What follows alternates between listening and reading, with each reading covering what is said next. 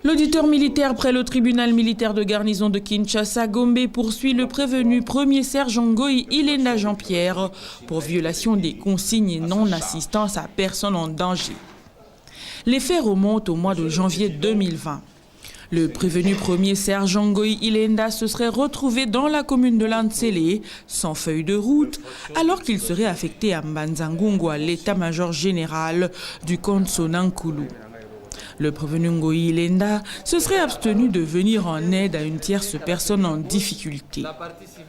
Le ministère public soutient que la feuille de route découverte dans le dossier du prévenu renseigne que le premier sergent avait un document qui était encore valide. Il demande au tribunal de dire non établi des infractions mises à charge du prévenu premier sergent Ngoï Ilenda Jean-Pierre et l'en a quitté. Les mêmes personnes qui ont signé, qui ont posé leur signature sur la feuille de route du colonel, ce sont les mêmes personnes qui ont posé leur signature sur l'annexe. Et ils ont été reçus à l'état-major de forces armées de la République démocratique du Congo le 21 janvier 2020. Donc en principe, leur séjour à Kinshasa devrait prendre fin le 21 février 2020. Vous allez constater que le prévenu Ngoïtsenga a été appréhendé avant la fin de l'expiration du délai qui leur a été accordé par leur hiérarchie. Monsieur le Président, distingué juge, est-ce que allons-nous nous poser la question si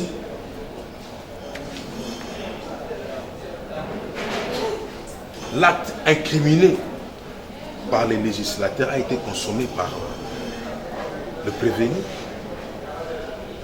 Monsieur le Président, nous allons dire non. Pourquoi? Parce que dans les dossiers, il y a un document qui justifiait la présence du prévenu lors de son appréhension dans la ville de Kinshasa. Monsieur le Président, pour cette infraction, il plaira à votre auguste tribunal de dire non établi en fait comme en droit de fraction de violation de consigne à charge du prévenu Ngoï Ilenda Jean-Pierre. Et pour la seconde infraction, Monsieur le Président, nous dirons aussi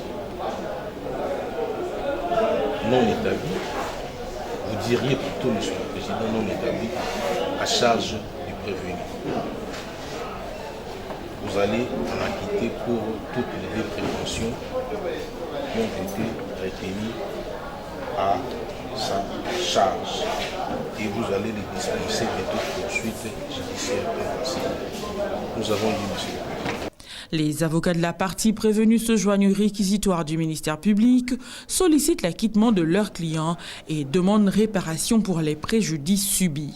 Nous sommes très contents de son réquisitoire, mais c'est aussi que nous allons aussi dans le même sens, sans pour autant vous prendre beaucoup de temps, de le relaxer, comme le ministère public l'a dit, avec beaucoup de peine, Monsieur le Président. On n'en paie rien. Mais dommage que dans notre pays, si le législateur pourra revoir que quand le ministère public peut attraire quelqu'un comme ça, après avoir purgé 3 ans, Monsieur le Président, monsieur pouvait dire même que non, avec ces grands préjudices que j'ai connus ici, il pouvait faire une action réconventionnelle. Or, le ministère public ne peut pas être poursuivi dans une action réconventionnelle. En tant que fonctionnaire de l'État, ce n'est même pas lui qui pourrait payer éventuellement, mais c'est l'État congolais, les grands riches.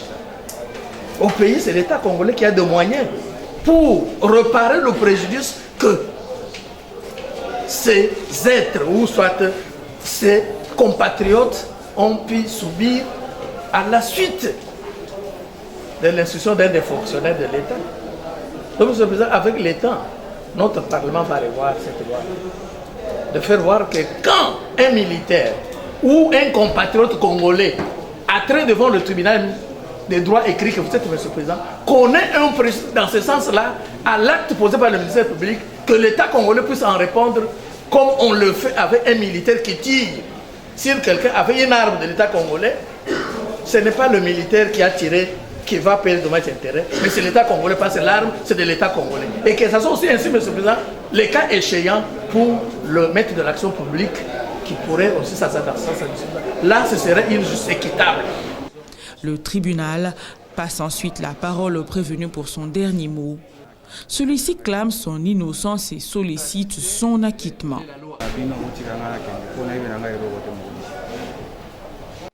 Après avoir entendu toutes les parties et le réquisitoire du ministère public, le tribunal clôt le débat et prend la cause en délibéré pour se prononcer dans le délai de la loi.